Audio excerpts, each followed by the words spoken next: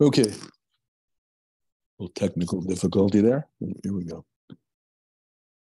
17th Shvat Hayom Yom. Very interesting Yom Yom about the presence of this whole Histalshelus of Rebbeim from the Baal Shem Tov and down, how they all coexist in spiritual space.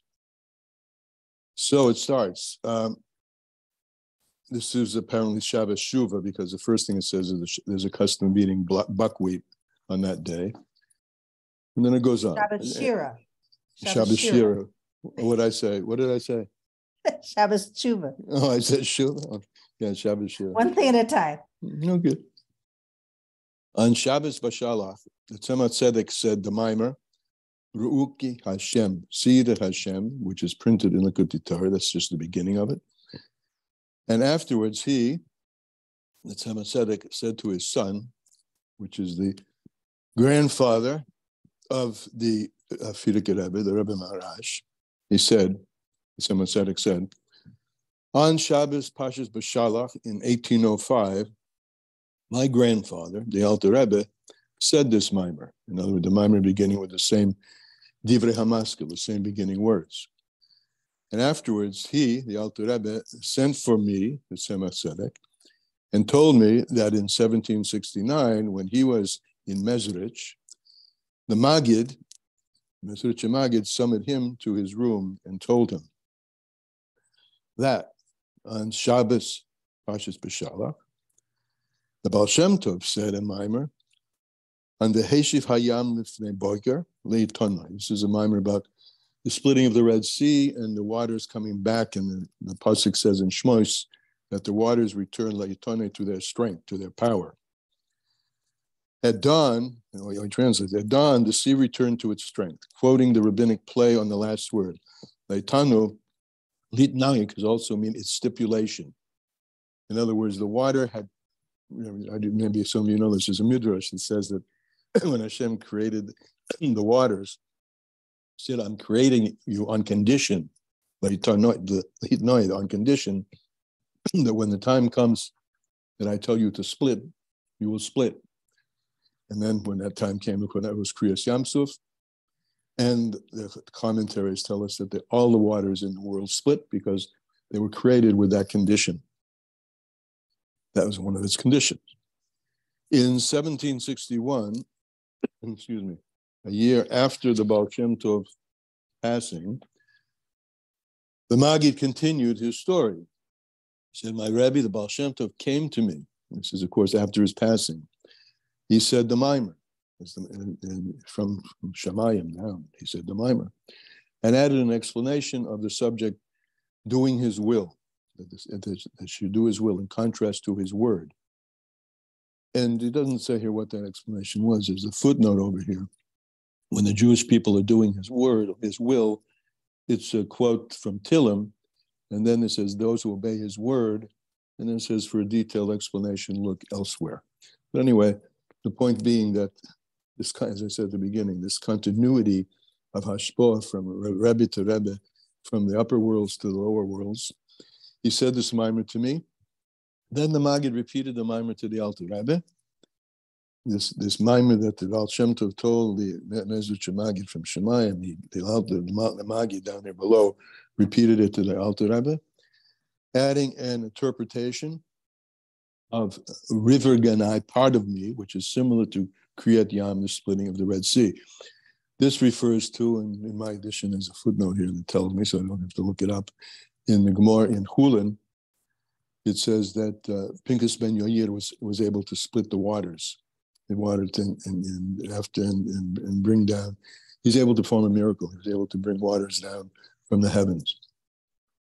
Is Mike? Did my picture move? Am I picturing it okay here? I'm moving. Tell me if I'm okay. That's better. That's better. I think it fell. Yeah. Okay. So several hours later, the Tzemach Tzedek called my grandfather. The Tzemach Tzedek concluded, he told him this.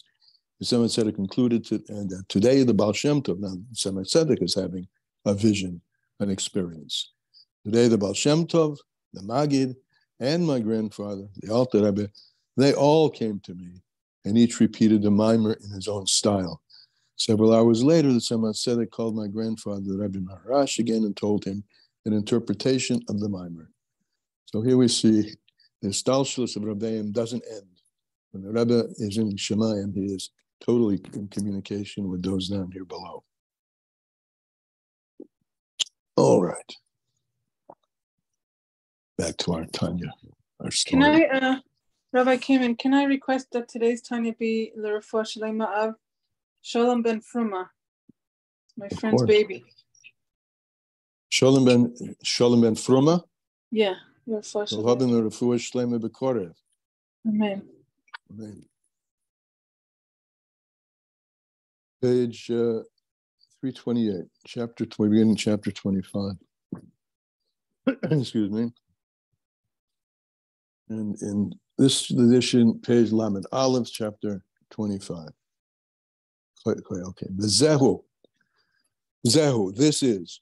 What is this? So just brief recapitulation. This section is telling us that we have something innate within us. It's the Ava Hativis, the love of Hashem, the Ava Misoteres, the hidden love, etc. And this hidden love is slumbering, flickering, there for us to fan to a great fire, as we talked about yesterday. And this great fire is the fire of godliness with which we are connected through our power of Chokhmah. As it says Havaya b'Chokhmah. Havaya is b'Chokhmah, and that who and Havaya who v'Chokhmah so echad, that Hashem and His Chokhmah are one. So our portal into the oneness of Hashem is through the Chokhmah, which is seated then and influences the right side of the heart. And there is a flickering flame of love and fear. And today we're first going to focus on fear and then the love. And this is what's written. Right? The whole cornerstone of the Tanya, back to the beginning, where he said that the whole thing is based on this pasuk. The thing is very close to you, in your heart, in your mouth, and in your heart. How is it close to you? It's close to you. It's buried. It's tuba'u. It's sunk into you, as we'll see the word coming up on this page soon. It's the very core of your essence. That's how close it is. And all it means is, and if it's that close, all you have to do is grab it, figure out how to flame it. And we've been told the ways to flame it are in a general manner, Oisika Torah, deep concentration and occupation in Torah, and Shmiras HaMitzvahs, mitzvah lashon savta v'kibur, that we connect with Hashem through the mitzvahs. So this is a kernel of the heart of the Tanya. In each and every time, every moment, in every hour, it's in the hand of a person, it's in the capability and the rashus. It's in your, rashus is your domain, and it's also in your ability to grab it. And what to do, to push away the ruach of shtus, because that's what we've learned in the last couple of days, that the only reason that a person would not be connected with that is because of a ruach shtus, a strange wind, so to speak, a spirit, right? Ruach, a wind is blowing of stupidity, of folly, the hashkocha and forgetfulness, from within you. And all a person has to do is remember, because you just used the word forget. Ruach shtus, the blowing the wind of folly or stupidity, which is not your real you. It's something that's overcoming you, and forgetfulness.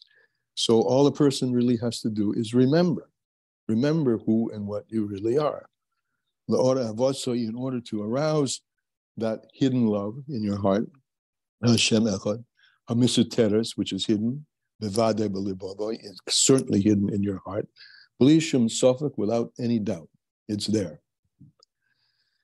And now what that's right, now he's going to get into the second part of this, which is the fear of Hashem. Why does it write in your heart plural? Because the love also includes the fear. The Hainu Shila, what's the fear?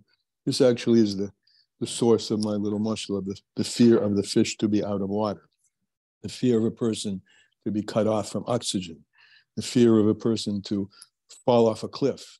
A person, this is like at the bottom of Maslow's pyramid of human needs is the notion of fear. Fear is totally important in terms of survival. It's one of the basic instincts of survival, to be a natural instinct. Now here we're talking instinct as part of the higher level of the soul, but it's instinctive, as we'll see. It's for Russian tuba uvi yamsuf, just like the chariots of the Egyptians were sunk into the sea.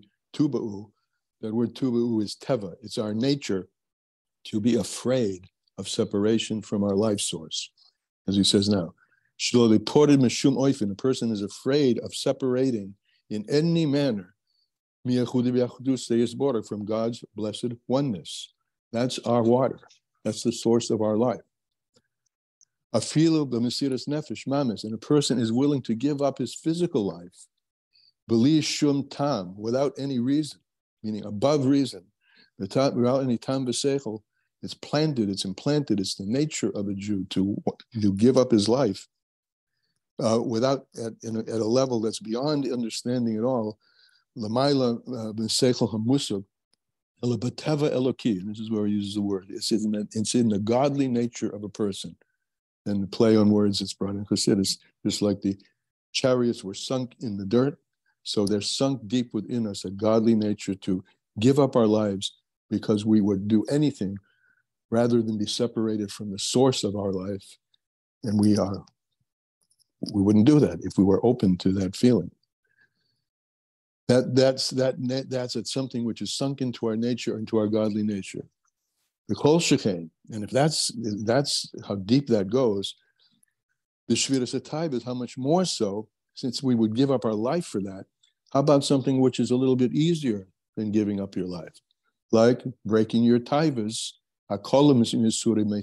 which are lighter, much easier than the affliction, than the pains of death or the punishment of death. It's even closer to you. To conquer your Yetzer Hara, if you really knew that or thought about, and that anything that you're doing, even the lightest of avera is a degree. One day we've used the much before of a 613 threaded rope, and just cutting one rope is cutting part of yourself off from your life force. You wouldn't do that, because you're afraid. You're afraid to separate yourself from your life force. So, bringing oneself the ability to separate yourself from a taiva, for instance, which is forbidden, is much easier than that. So, how much more so a person should be able to conquer his yetzer, whether it means turning away from something that you shouldn't do, a feeling of erakala, even from a very light mitzvah, even a mitzvah that comes not from the Torah B'Ksav itself, but from Divrei Seifrim, that a person would not even think about doing that. If a person was realizing that in doing that, one is cutting off some of the degree of connection to the Holy One, blessed be He, which is the source of everything. So it would be like a person would never transgress an iota in any distance of separation, because in that a person is separating oneself from God's unity and oneness. Just like in Avodah Zorah Mamish, just like as if you were serving Avodah Zorah Mamish, b'shash ma'aseh, at the time of that deed. But igam b'Avodah Zorah, and also in Avodah Zorah, there is a way out in Avodah Zorah. You would think, right? Because Shuvah, nothing stands in the way of Shuvah. But a person won't take that out. When it comes to the engine, the plane going down in the atheist convention in LA, or the the atheists in the foxhole. There's everyone will scream Shema. They don't think about, I'll bow down and you know what? I'll do Shuva later. No, they don't do that. Even though there is a way out, because the Torah says that one who does sin and then does Shuva, ein mafsikin boy, and it's brought in other places. It's not that he can't do Shuva, he can do Shuva, it's just that they don't make it easy for him to do Shuva. And as he says here, they don't make it easy. But a person doesn't take that out. When a person really experiences at a gut level that doing this particular thing is separating himself or herself from his or her source of life, a person would be in fear and trembling of doing that. I don't want to die.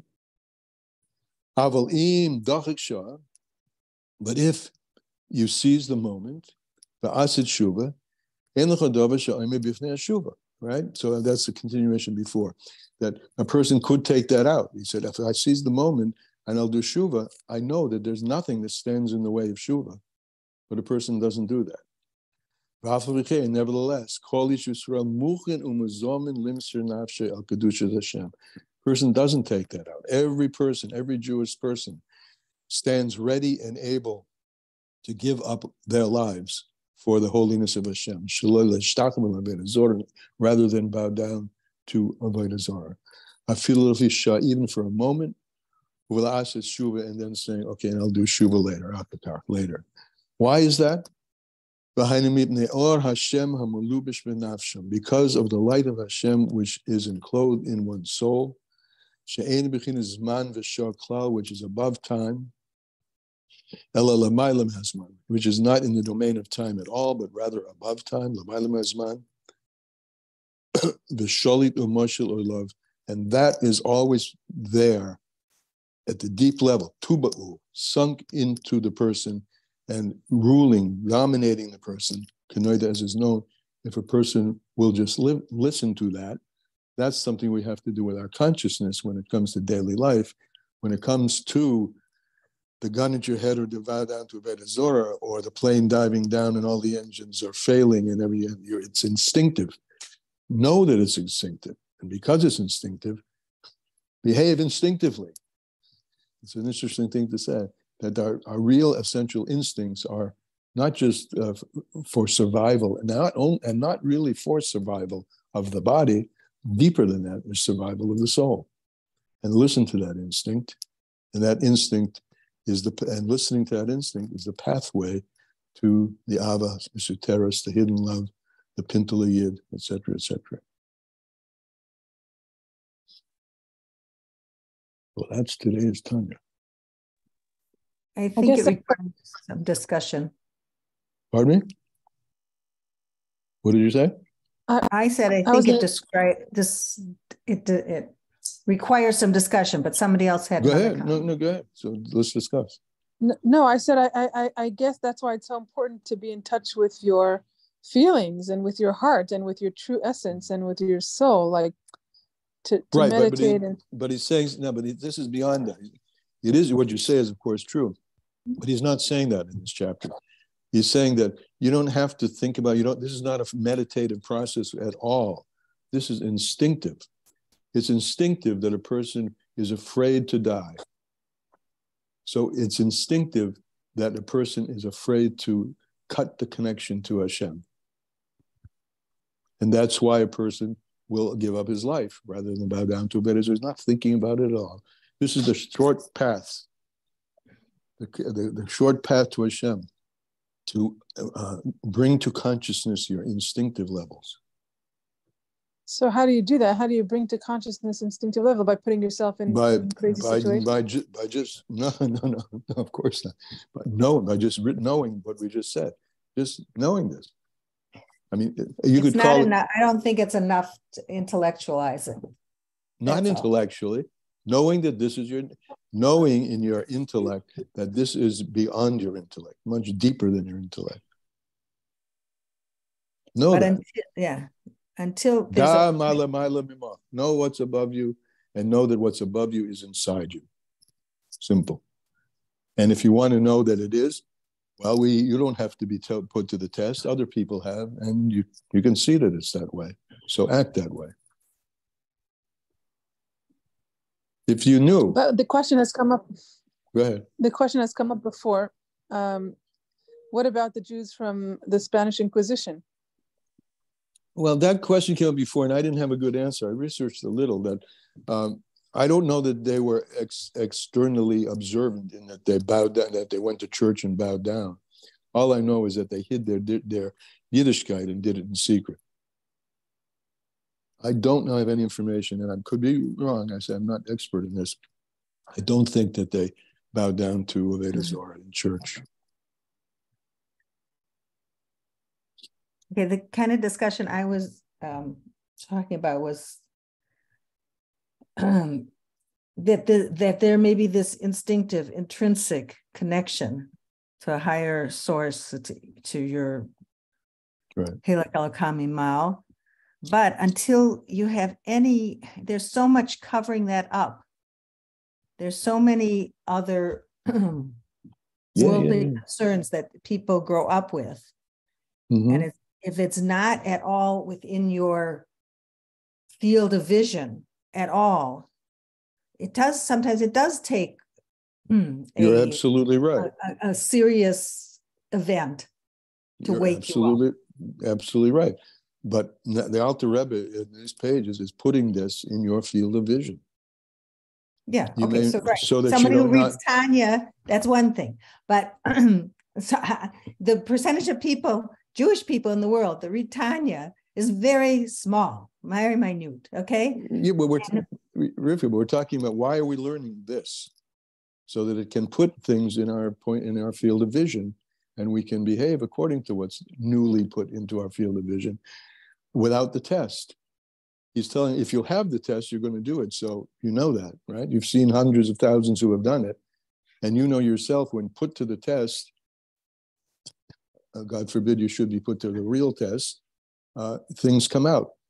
So don't wait for that. No, but I'm talking about, say, myself at age 12 or 13 or 14 or 18. You didn't know anything about this. Exactly. Right.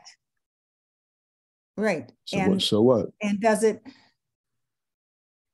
So there was this sense of that's why it's called the Ava Mitzvah. You didn't know it existed. Right. Exactly. But if somebody would, if I was in Chas v'Chalila, a life or death situation based on Yiddishkeit, I wouldn't know what they're even talking about, frankly. Why does the atheist eat, trafe, or die? I mean, it meant nothing to me. No, of course not. No one's going to. Of course not. It meant nothing to you. Yeah. But when you go when the airplane goes down, we have to take his word for it. You'll say Shema. Situation. Yeah. Where does that come? Or when when you finally find the absurdity in the world and you're looking for meaning and purpose in your life, and somebody knocks on your door and they offer you something, then maybe if you're so far removed that maybe you'll say, let's give it a try. Listen, why not? I'll listen to you. Maybe you understand what I'm saying when I'm talking about how absurd the world is, and somebody says, yeah, I do. Then you respond. Or a guy goes out on Mitzvah Tefillin. I've heard these stories, and an old man puts it on, and it wakes up a memory of that had been lost in his mind, and he starts crying. Where does that come from? No, I don't dispute at all what's saying in the Tanya. I of do. Course not. That's for sure. But the sense that every Jew at every stage of their lives would give up their lives for, bow down to this idol. I mean, how many Jews are there now dealing with Avodah Zarah in the world, right? Whether it's you want to call it. Well, they're not being put to the test, so you're right. So if they haven't been put to the test, they don't experience this. Okay, but so what? We know that if he were put can I to the offer test, something? well, let me just finish the sentence and Yeah. we'll offer something. We know that if he were put to the test, you would do it. And that's a sign that there's something very deep. So if it's there, why not wait for the time that you put to the test and do what you know is your essential being anyway? Go ahead. No, I just referring back to what you were saying about identifying, first realizing intellectually that our intuitive, instinctual self is our higher self. So I think it requires like really meditating on and you know, and focusing on this aspect of knowing that our higher self is our true self, and inculcating that in ourselves and as parents in our children from a very early age, that our knee-jerk response actually is to reach for godliness, right. and to cultivate that and keep reinforcing that in ourselves and in the people around us, that because that is a paradigm shift. It really is. And in the Jewish world and in the, you know, in the frum world and in the secular world. You're absolutely right. It is a paradigm shift, and it requires focus. I don't know so much meditate, if you call it meditation, it's called focus. I mean, yeah, focus. Focus on the baby reaching out for love, the baby crawling to you, the baby reaching out for food. You know, there's an instinctive nature in the human being to connect with something. They don't live in, they're babies go, I mean, we don't have to go into it, but, you know, if people do tests and things, isolation breeds terrible behaviors. Why is that? Because it's tuba'u, it's implanted in us to connect. So if you have to meditate on that, or think about that, or focus on that, that's for sure. That's what this chapter is trying to do, is to focus us on that. And if you focus on that, then it's a little bit easier, because you know who you're focusing on, who you really are. In the beginning, this is why yira, you know, people want to put this yira aside, like fear is unfashionable these days. Nobody wants to be afraid. But when you're driving down an automobile on a double highway and a truck comes across, you get afraid. And that fear gives you to fight or flight. That's the basic, you know, the bottom of the pyramid. Fight or flight. If you can't do anything about it, you try to escape. You turn your wheel. You don't even think about it. Why? Because you're afraid to die. So really sunk into your nature is a deep, deep fear of disconnect from the ultimate. He'll go on to talk about love soon, but I think we shortchange fear these days, because nobody likes talking about fear. We like to right away catapult it to awe, which is a higher level of fear.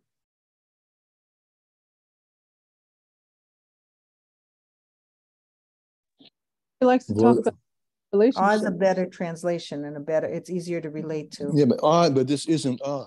This is fear. But Rabbi King, this is fear. This is fear of losing one's life. That's okay. Fear, the fear to be in a relationship with fear, to fear the other person of the relationship. No. It's talking about fearing the other person. No, but it is. People are saying you should fear God. We are in a relationship with God. So we should fear losing our life. We should fear being disconnected with God. But no. Don't fear God. Fear being separated from God. Okay, there you go. That's much more palatable. That's what we're talking about. That's what the chapter is talking about. So when you say people don't like to associate with fear, it's true. People don't like to associate with fear in a certain sense, but in another sense, the fear of losing one's connection to Hashem, that's different. That's palatable. Okay, well, that's what we're talking about. But isn't that just really the other side of love? If you love somebody so much, you don't want to be absolutely far away. Fear is the opposite. Fear is the opposite. The two wings of the bird. Remember, I don't know if we've touched. Have we come across that yet, Tanya? Is that later? Sure. Is that later? Sure. I think it's later though. It's in 41. Yeah, 41. Yeah. But yeah, it's two sides of the coin. Why can't you use awe in this situation? It just no, because in this situation you're really afraid for your life. Right. Correct. It's the same. I will talk about, your ilah. That's the function of your ilah. Your ilah is bittul, completely given overness. This is not given overness. This is mamish, fear of disconnect. But if you're willing to give up your life to not be disconnected, isn't that the same of bittul? That awe? No, we'll get into it. It isn't the same. It's not the same as when you, as I say, when a trailer truck is coming your way. That's not awe, is it? Are you in awe of that? I don't think so. You're in awe when Hashem saves you from that. Yes. We're not talking in awe of the experience. You want to get away from that. You want to get away from disconnect. You want to get connected to Hashem. You want to get away from falling into a pit. You want to get away from falling off. Saying, Hashem, save me. Hashem, help me. It's up to you, Hashem, save me. Yeah, you want to make the connection. Yeah. You don't want to fall into the pit. We're mixing metaphors here, but I think it's. I'm not sure why there's so much difficulty understanding this. It's just I'm afraid to fall off when I stand on a tall building. Sometimes I do this and I have to go to rooftops to inspect, and I look over the edge. I can feel in my stomach. Whoa, no, I don't want to fall. I don't want to fall. I don't want to ever be disconnected from Hashem because that's my waters. That's my life. It's my food. That's fear. Fear of being disconnected. And when they say, back to Elisheva, when you say fear of God, what people mean by fear of God is fear of the consequences. Because, God's punishment isn't a punishment like a taskmaster who says, if you don't do this, I'm going to bang you over the head. It's much more organic than that. If you don't do this, the natural consequence is you will be separated from me, and there will be diminution and ultimately total extraction of your connection to me. And that's punishment. It's a punishment. I don't want that. It hurts. It hurts. If the baby can't make the connection to the mother, it's painful. And if I can't connect, and what he's trying to tell us in this chapter, that itself, that nature that's in you to connect to Hashem is the ultimate source of life, and the disconnect is the ultimate source of the opposite of life. And that's tuba'u, planted within us.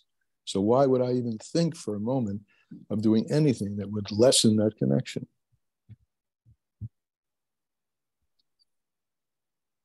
Can a Jew ever be totally dissociated? You mentioned that. Well, there's chorus, right? But chorus and music, the metaphor, I don't know if you were here yesterday, but the metaphor for this is is a 613 stranded rope, right? Now, if you cut, chorus, you definitely get to a place where there's experience of disconnectedness. But nothing can ever be really 100% connected from Hashem because it can't exist. It wouldn't be in existence. But the connection we're talking about is the connection, the experience of the connection, and the life that's led in a life which is led with connectedness, and that can be cut. You can be cut from that, but it can always be reconnected because nothing stands in the way of Shuvah. But to take disconnected literally, you wouldn't exist if you weren't somehow connected to the life force.